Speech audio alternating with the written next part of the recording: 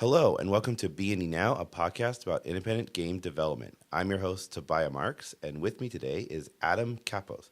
Hey, Adam. Hi. So, Adam, why do you make games?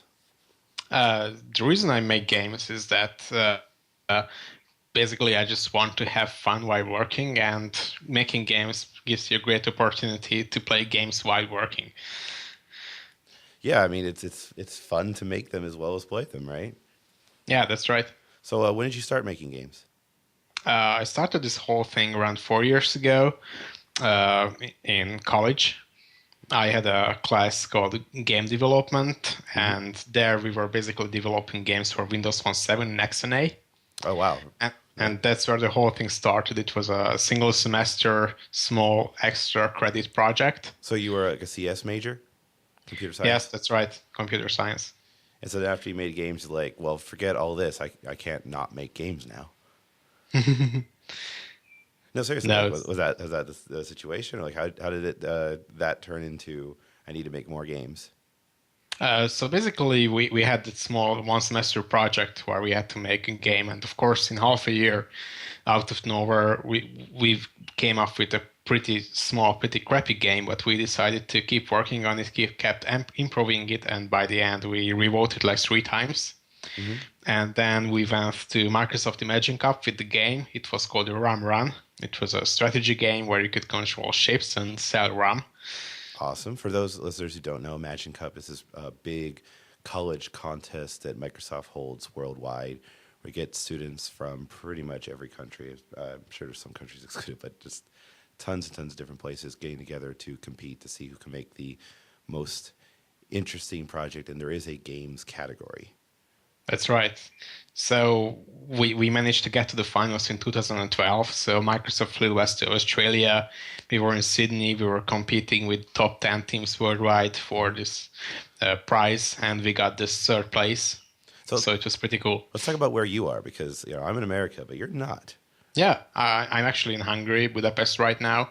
That's where I'm from. That's where our startup is based. So what's the startup scene like there? Uh, As someone who's so grown up in Silicon Mhm. Valley, well, like all around me has been startups and technology. Like, what's it like over there? Yes, it's a lot different here because the whole startup scene started maybe like 5 or 10 years ago here, and it's currently the number one issue that is that there are people who have great ideas, who are really smart, but there is pretty much no way to get a big amount of funding. So the number one problem in Europe and Hungary as well is funding. But now the problems are starting to get solved. There are many programs by the European Union where they help investors invest by giving them pretty much free money. Hmm. And so now the whole startup scene is booming, and it's crazy because everybody who graduates from college goes to a startup, or people just stop attending college because they had a great idea and formed a startup. Yeah, I mean now's the time to start your company. Just Yeah, that's distribution is right. so flat and so great for everyone around the world. What about the game development scene? Is there a stigma there? I know a lot of places, even here in America, you say, "Oh, I want to make games for a living." People are like, "Oh, you just want to play games all day," and you don't really get it. Like, "Oh no, wait, this is actually a career in a huge billion-dollar industry." Yeah, game development isn't truly well known in Hungary. There are not many people doing it. I spent a year in Finland, and that is really like the European capital for games because Supercell is there, Rovio is there with Hmm. their Angry Birds game, Oh yeah, and it's so, huge. so yeah. So in Finland, when you say you're a game developer, they take you seriously. In Hungary, well, not so much. They expect you to play games and get paid for that. It's a lot different here, but I guess there are lots of small startups, and we'll show the world that we can make great stuff. That's awesome. All right, so how do we get from point A to point B? You got to the Imagine Cup, you got to the finals. What happened next? Yeah, so we got to the finals. We released the game, and it wasn't a success because that was like our very first game, and you cannot succeed in the first one. Yeah, of course, of So course. so we kept on working on this whole thing. We gained great connections. We met a couple of people who were working with Microsoft, and one of them was András Velvart. He's a Hungarian Microsoft MVP for 7 years now, and basically he came up to us with his idea of making a music game because that's something he really wanted to do, but he was not into game development. So he asked us to help him out and be equal partners on this project, and that's what we did. That was our next project. That's pretty awesome. So tell me about your team. Like, how many people besides you, first off? So basically, we have András, who is the Microsoft MVP. He has a computer science background too. Then we have David Kish, who is also a computer science background guy. He's like the lead developer. And that's all. So we are three computer science guys, Very all cool. engineers. So have you guys done any like game design courses or art courses, or are you just pure CS people jumping into it? We were pure CS people. We really haven't had any experience with those. On the previous game we made for Imagine Cup, we had two kind of game developers, graphic designers who had experience in that, and we kind of learned from them how this stuff could be done. But they started working on different things. They wanted to get a salary, so they couldn't go the startup way for months. So we decided to go separate ways. And that's why we ended up with a team of three without actually skills in art or game design. But we managed to pick up the skills on the go. So, like, how are you guys funding yourselves if you're doing this? You know, it's a full-time venture, I assume. Yeah, so at first it wasn't full time for us. I'm still a college student doing my master's. Oh, so so the way we started this whole thing was that we had this idea. We built a prototype in like a week when my girlfriend was away for skiing, and I had a lot of time on my hands. Fair enough. Fair enough. Yeah, go take a vacation, and then I'll just have hours and hours of time. Yeah, that's right. That's the way you write a new game. You just let your girlfriend go away, and you have the That's time. a good investment for a ski ticket right there. Yeah, that's right. So we had the prototype in like a week, and we decided to apply for App Campus. Yes, App Campus is a accelerator type stuff, right? Get funding. Yeah, so basically, we decided to apply with this prototype. We took a few screenshots and sent them this whole idea, and they liked it because they saw it as a game that could get highly successful. It's scalable and everything. So we decided to go forward. We did the first milestone where we had to submit how the game will look like, what functions it will have. Then we got some of the money so we could start working on the thing whole time. And then once we released the game a year and a half ago, then we got the whole money. Very cool. Very cool. So tell me about the development process. You were, how long were you working on it exactly, Sid? So we started this whole project around 2 years ago. And so you had the first version released after 6 months. So yeah, we pretty much released the first version after 6 months. And that was just on Windows Phone 8. Yeah, that was just on Windows Phone 8, and we also supported Windows Phone 7 because back then there were lots of users who used that platform. Did you use Unity? Did you use your own tool set? XNA? So we had an XNA background, and when we first released the game, it was all XNA. So basically, it was like Windows Phone 7 support by default, and Windows Phone 8 by kind of legacy support. Yep. And then we rebased the whole game on Mono Game. Mm-hmm. That makes a lot of sense. Yes, so basically it allowed us to use this open source project, keep everything that's XNA and to go to other platforms. And what was the transition like from going from XNA to Mono? Because there's similarity, but there's also some pretty big divergences. So like, how painful was that process? So actually the process is pretty easy because you can keep around 95% of your code. The only problem was with Mono Game is that back then it was really buggy. It was not supporting Windows Phone 8 very well. So pretty much we spent... personally, I spent half my time working on Mono Game, making open source improvements, and in the end, I became a Mono Game developer. So basically, I contributed to all the platforms making these improvements. So yeah, I mean that's one of the big positives of open source is that if you have to solve your own problems, at least you solve them for other people at the same time. Yeah, that's right. So now, if somebody would start developing a Mono Game, they would not have the same problems. So the only things you have to implement are really the platform-specific stuff, like in-app purchases and how you open a website or an email, or how you get the users to review your app. So basically it's really just a few lines of code. What about time frame wise? How long did it take you, like from starting this porting process to having a version finished for Google Play or iOS? So basically, we released the Windows Phone 8 version based on Mono Game uh, around 3 months after the first release. So that was like the whole time it took to port to Mono Game. But we actually waited with the iOS and Android versions because those were released just 2 months ago. Hmm. Why'd you So wait? the reason for that was that we wanted to have a game that was polished because at first the whole game was just 6 months old. It had rough edges, and we wanted to work all those out. That makes sense. So, um, how had the game evolved? Like I've played it in its recent form, but what was it like when it first came out? Yeah. We haven't actually talked about the game mechanics at all Yeah. yet. So why don't you describe the game?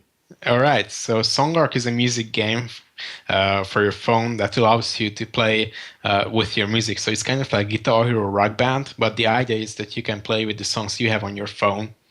And just like in those other music games, the notes will come towards you on the screen, and you have to hit them when they reach the arc on the bottom of the screen. That's why the game is called Song Arc. Hmm.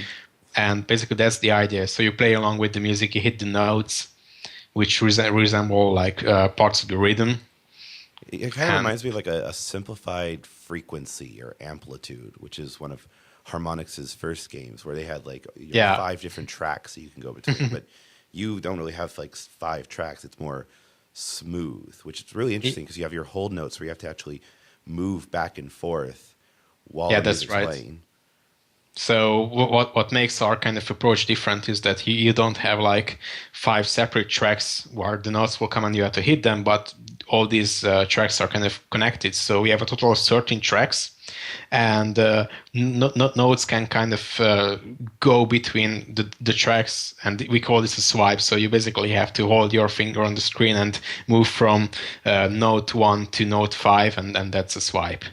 So how are you generating these songs? So all these kind of patterns are created by our users. So we rely on crowdsourcing these. Yeah, that's also a really interesting aspect Mhm. because there's Yeah. games that do. Oh man, I'm totally blanking on the really popular one that's on Steam. I'm losing nerd credit Uh, here. But there's games it's that just always do, visualizer of like, oh, it's going to automatically generate this level based on, volume or whatever other factors. But you're saying, no, we want design levels, but we're just opening it up to the community to design levels for all of their music. yes, this was one of our big design choices because we wanted to make a music game, but licensing all these songs is just crazy expensive. That's not something indie developers can afford. Hmm. So we decided to use the users library because you have your songs on your phone you're listening to. So why not use them? And then we had this problem: how do we actually make a gameplay out of that? So AudioSurf was that Ah, big game. AudioSurf. I can't believe I Yeah. was blanking on that name. So they used a very sophisticated algorithm, but my experience was that it didn't work so well. It worked with some songs, but not all of them. And so we decided to try going this community generated approach because our ears and brain are very unique at recognizing all these different sounds. So why not use them?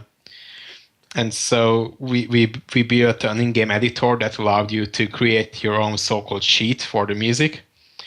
And then you could, once you're finished, you could upload these and share it with others. And so then it checks by MP3 tag that I happen to own the same MP3 as this other player did.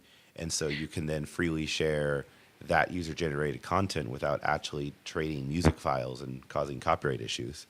That's right. That's how it works. So you don't share the music. You only share the stuff you created for the music, and then we have like a magic sauce that allows you to match your song against other content created by other players. Because often in the song title or artist there are like typos and misspellings and Hmm.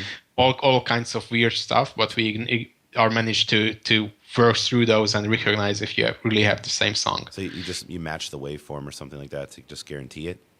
So it's basically like a fuzzy string matching. So we do not use the waveform because on some platforms we do not have access to that. Hmm. That's why audio surf was never released for iOS or Android because you back in the times you couldn't access the waveform. That makes sense.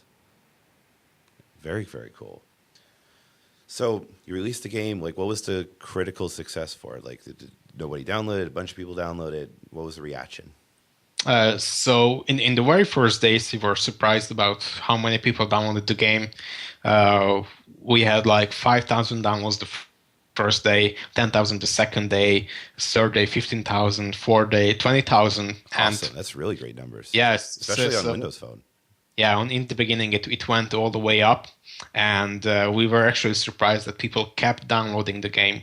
So we managed to have a sustained number of downloads, and in just I think 2 months time we achieved 500,000 downloads, and this was a big Awesome. milestone. This was a big milestone for us because uh, the whole App Campus program had this goal that basically the game we supported is successful if they reach 500,000 downloads, and we were the first ones to achieve that. That's great. I mean, it was so. What was the monetization in the game? So originally we released the game without any kind of monetization. You're just trying to grab users. You're like, you know what, this is Yeah, paid for. We just want to see this exist. that's right. So we just wanted to release it, not ruin the whole game with an immature monetization. Hmm. So that then around 3 months after releasing the original game, we introduced the monetization. And basically, we think that this turned out to be pretty successful because before releasing the monetization, our average rating was 4.75, and after releasing it, it was 4.74. So it had very little effect on ratings going down. You didn't just like put everything behind a paywall. You did it more smartly than that. Yeah, so we decided to introduce a freemium model, and the whole idea was that you have coins, these in-game coins you can spend on playing with new songs. Once you spend your coins on a song, yeah, you can play with that forever, again and again. No limitation to that. And every day you can come back, get more free coins. And you can get like a doubler in game, which costs money, but in return you get a double amount of daily free coins. You can buy other coins. You can buy a fan pack, which basically unlocks everything for you, so you don't have to worry about gathering coins. So these new songs, these are songs that they are downloading or unlocking songs on their phone. So basically, if you have a song on your phone, we match those songs up to content created by other players we call sheets. Hmm. And every time you want to play with a new sheet, you have to pay coins for that. But first you can get a try the sheet for a minute, and if you think it's great, then you can actually buy it for coins and play with the whole song. So, and so if I contribute more, do I get more coin? No, actually, no. And this has been a really tricky one for us because at first we were really worried that people will not create new content for us. And actually, now we have the problem that people have created so much content for us that it's really hard to manage that one. And the game takes like 2 minutes to load because we are kind of matching your library up to all the songs we have. And we have more than 100,000 songs in our database. Oh, interesting, interesting. So you guys getting some interesting optimization issues you have to figure out for Yeah, that's checking. right. Yes, every single day, even now, more than 24 hours of new content is created. Wow, that sounds great. Yeah, so we are actually not rewarding the sheet creators. We are just kind of virtual tanking their work. Now, like, okay, so you're going to have people creating this their own tracks for the same song, Mhm. right? How Yeah, many that's right. repeats are those, right? Like, how many people have done like the same Taylor Swift song? So there are some songs inside the game which have more than like a thousand creations. So how do you like filter out the best? Do you have the rating system? Like, how does that work? Yeah, yeah, we have a rating system, so our players are not just creating the content; they are also rating others' contents, and this way we are able to find out which ones are good and which ones are not. Do players like playing like if I'm, this is my favorite song, Hmm? do I like trying out different versions of this level, or do players tend to stick to like one version? we have found that most players are usually going with one version. Of course, since you basically have to pay in-game coins for the sheets, you will try out different ones, and once you find the best one, then you will keep playing with that single one. Very interesting. All right. So now you got the Windows Phone version out. You got the mono game version out. Yes, that's right. We introduced the monetization. Why didn't you then go Android and iOS? Like, what were you doing in between then? We still didn't have enough content, so we wanted to launch with more content because when we released the game for the very first time, we had like 50 pieces of content created by ourselves. And then we realized that the creations of the players are not so good because the tools are not advanced enough. Mm-hmm. And the reason for that was that we had a very basic editor which had like no copy paste or selection or things like that. So we mainly focused on improving the creation tool. That's what we put a lot of work into. Sadly, one of the features we could not introduce was basically rewinding in the songs, so you couldn't seek the songs because that's a platform limitation. Mm-hmm. So are you editing the songs on your phone, or is this a desktop app that you're uploading? It's on your phone right inside the game. So, like, tell me how that works. Like, is it just the song plays, you just tap where you want the music notes to be? Like, how's that? Yeah. So it's basically just like playing in reverse. So when you listen to the song and as you listen to it, you tap the screen, and every time you tap it, a note is created, and then you can basically check how your work ended up, and you can make small modifications, fine tune the whole sheet. And that's how it works. So it's really easy actually because it's the same as playing, except everything is recorded. Yeah, I mean, I can see why you have so much concentration because that sounds fun in itself to kind of it's really fun. Yeah, we found that there are lots of players who are actually not really playing the game; they are just creating new content because they think it's so much fun to kind of have their own interpretations of the songs, and they want to share it with others. Very cool, very cool. So. And then you've upgraded the editor, you got it to the point you like, you started getting a bunch more content, and then you decided to port it over. How hard was that? How much effort did it take from a programming point of view? So basically, from a programming point of view, it was pretty straightforward because with our previous game, we've already done iOS. So with iOS, we had no compatibility problems. And Android was a bit of a struggle for us because we released our beta version. We had like 10 Android devices in our office, and we checked that everything was working fine on those. And as it turned out, the default Android music player was not capable of working properly on some of the devices. Yeah, Android will do all sorts of weird stuff to you. You have to test in public. It's really, really, really hard and really expensive to actually figure out things ahead of time. That's right. So we had a lot of trouble with that. We ended up basically using a separate music player, which still doesn't work as well as it should, but it's basically working fine on most of the phones. All right. So what's the critical response been on those platforms? Did you also get like 500,000 downloads or what? Not yet. Actually, on iOS, for some reason, we didn't get too many downloads, I guess. It's a discoverability problem, right? Yeah, that's the discovery problem. We couldn't manage to get articles out on the important iOS sites. Mm-hmm. However, on Android, things are going pretty well now. As we see, Android is a really challenging platform because it really matters a lot what kind of history your application has. So in our experience, on Android, you can see the number of downloads every single app has. And there are like brackets that you have like 500 to 1,000 downloads, 1,000 to 5,000 downloads, and so on. And every time you move up a bracket, you get a lot more discoverability and you get more downloads out of that. So now we are increasing numbers on Android because we just got into the 50,000 to 100,000 bracket, and then our downloads just doubled as a result. Yeah, that's interesting. It's that chicken and egg problem. But once you get past that gate, people are more willing to look at you. Yes, that's right. So it's a really interesting platform for us. All right. So what's the next steps? What are you going to do next with the game? So the next step is to release a version with which Facebook integration, because currently our number one feedback from the users is that they have a user, they have accumulated lots of place on that account. They have their own collection of sheets. And when they buy a new phone or reset the phone and reinstall stuff, they lose their account.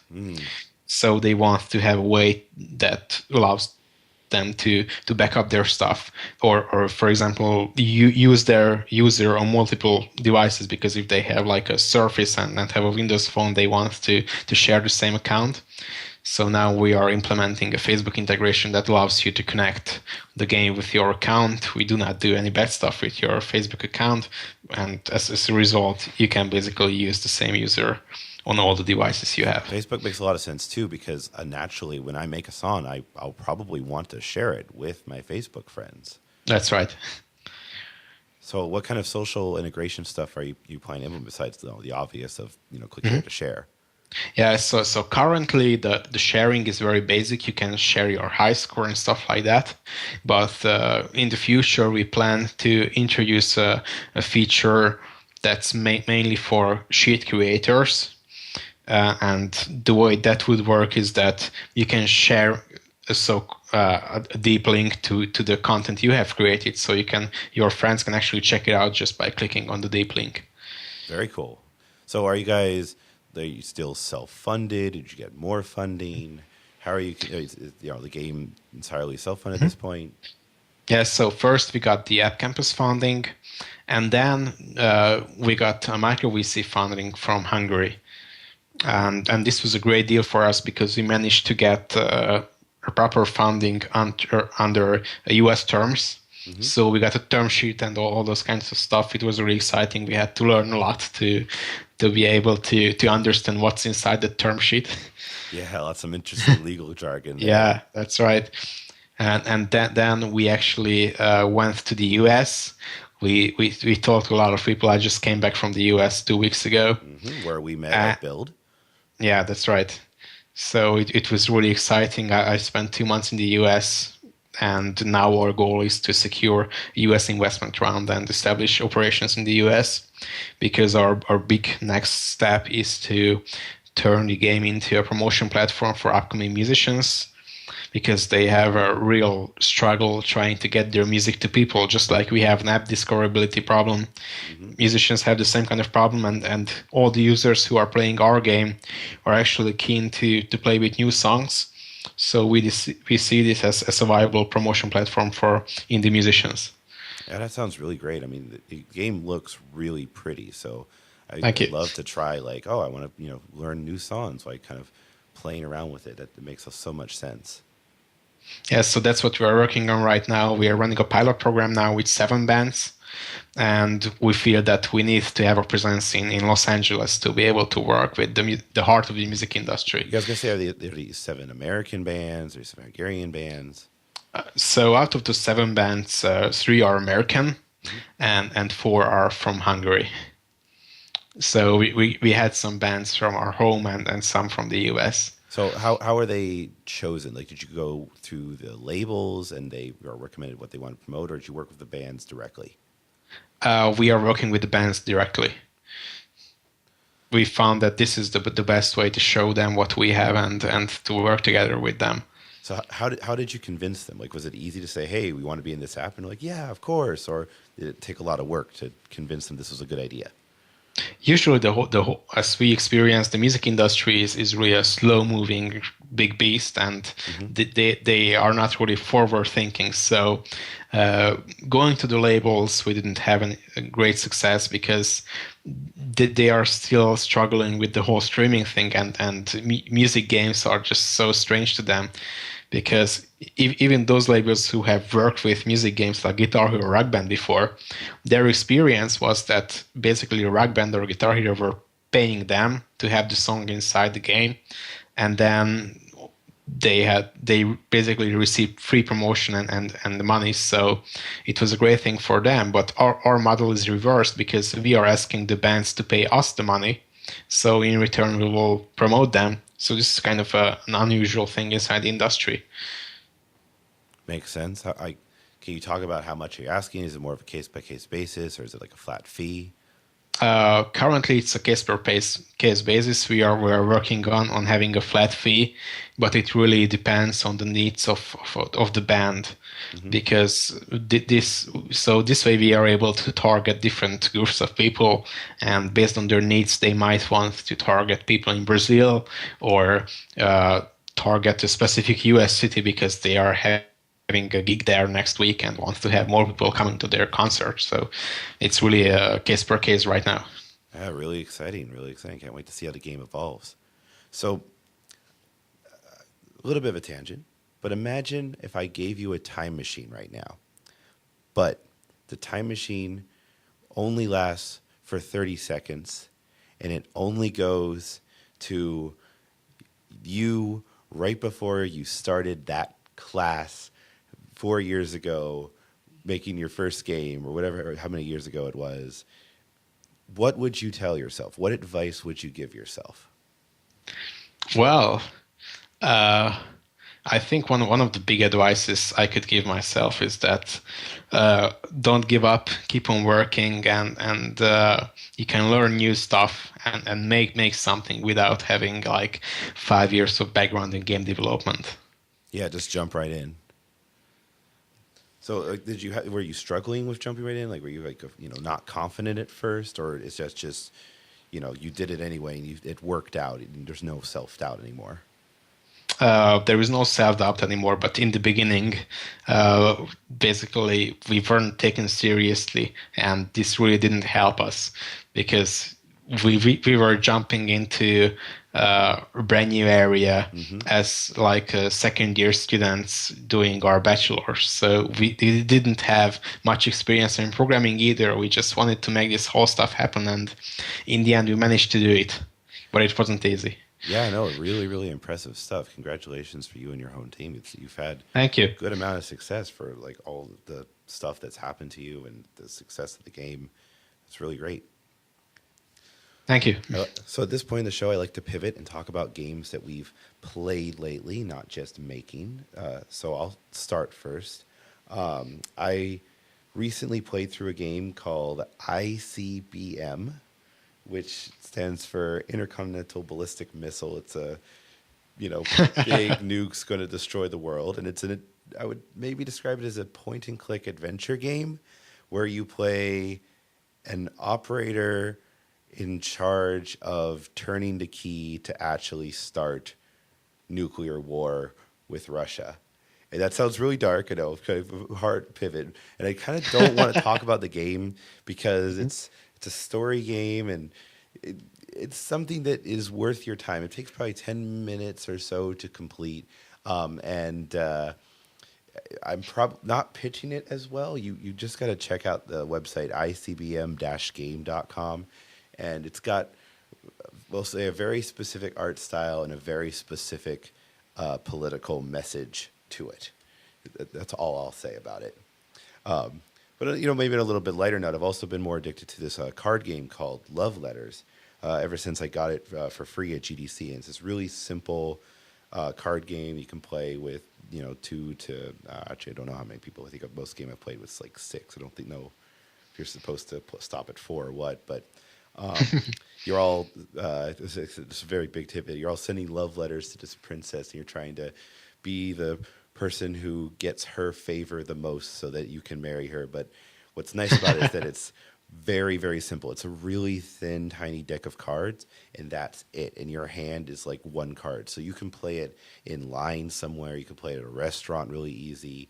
I guess you have little tokens that denote your points, but it's really portable. And so it's nice to just kind of throw in your pocket and have something to do while you're waiting for something else or while you're at a restaurant. As I said, that was why it was a really great conference game because I'm not going to carry a giant board game box with me around all day, but I'll throw love letters in my pocket.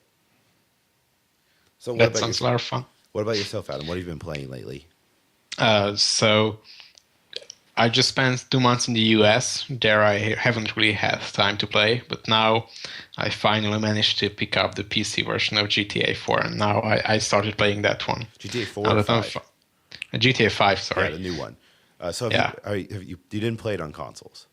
No, I have an Xbox One at home actually, but I don't like playing like shooter games on the Xbox. I'm a traditional PC guy. See, I kind of regret buying it on consoles because I bought it when it came out because I was excited for it. Hmm. And I played it, for a little bit, but I never actually completed it, mostly because time. And now it's out on PC. I'm like, man, I would so much enjoy it more on PC, but I don't want to pay for it again because I've already bought it on consoles. Yeah, but it's a lot of fun. So uh, I really appreciate that they did a nice PC port, not just something Yeah, they took that their that time to do it runs. Yeah, right, which they you know, took their time. I think the game was originally released 2 years ago on my birthday, and I was just waiting for the PC version to come out for like forever. so you had a lot of anticipation for it. Are you a Yeah, fan of the GTA series in general? yeah. I think I started with the GTA Vice City at first, Mm-hmm. and then just kept playing with the newer games. San Andreas was my favorite GTA, and I played San Andreas for hundreds of hours. I got every unlock in that game, and as I said, I never actually finished GTA 5, Hmm. but it really did seem like they did as good of job as they did of San Andreas. It really is a spiritual sequel to San Yeah, Andreas. yeah. It also was my favorite, and this really is more like the San Andreas than GTA 4. Yeah, they kind And of regressed a yeah, little bit before. They kind of simplified and focused on things that they probably shouldn't have focused on, like yeah, that's right. realism, which is not what I want in my action movies. It's not what I want in my GTA. Yeah, you just want to have fun and shoot people. Yeah, exactly. Go on crazy missions and do random jobs. Like I liked it in San Andreas. If you hop into a cab, you can become a cab driver, and it's just a cab driver game now. And they have those kinds of elements back in this game, where it's Yeah, just a that's right. bunch of random little side secrets that you can just do and ignore the main story, what's going on. Yeah, you can never finish GTA games because there is just so much to do. What about the online play? Have you tried that yet? I haven't. I haven't actually. I'm afraid it would just suck me in and take all my time that I would spend on developing games. Yeah, exactly. This is exactly why I haven't played it. Oh, well, I mean, that in my Hearthstone addiction that I'm constantly fighting because I'm not necessarily playing Hearthstone all the time, but I want to. Yeah, you have to get your daily matches. Yeah, exactly. Oh man. Oh, now I'm like, I haven't played it in a few days. I'm wasting my dailies. I could be getting so much coin. Yeah. All right. Well, if you want to find more about the podcast, you can go to beindynow.com where you get past episodes, show notes, stuff like that. If you like this show, please share it. Tell it to a friend. Tell other developers about it. I haven't really been pimping the show itself too much. But I want to start spreading around more. So go, when you're a podcaster of choice, rate it, give us a review, and help spread the word about the show. If you want to find more about me, you can go to my blog, tobiahmarks.com, or follow me on Twitter at tobiahmarks. Where can we find more about SonArc? So basically, we have our website. That's songarc.net, and there you can watch video and download the game for all the platforms. Very cool. You got a Twitter account? Yeah, it's at Songarc Game. Very cool. Well, thank you, Adam, so much for being on the show. Thank you very much for having me here. And for everyone else out there, go out and make some games.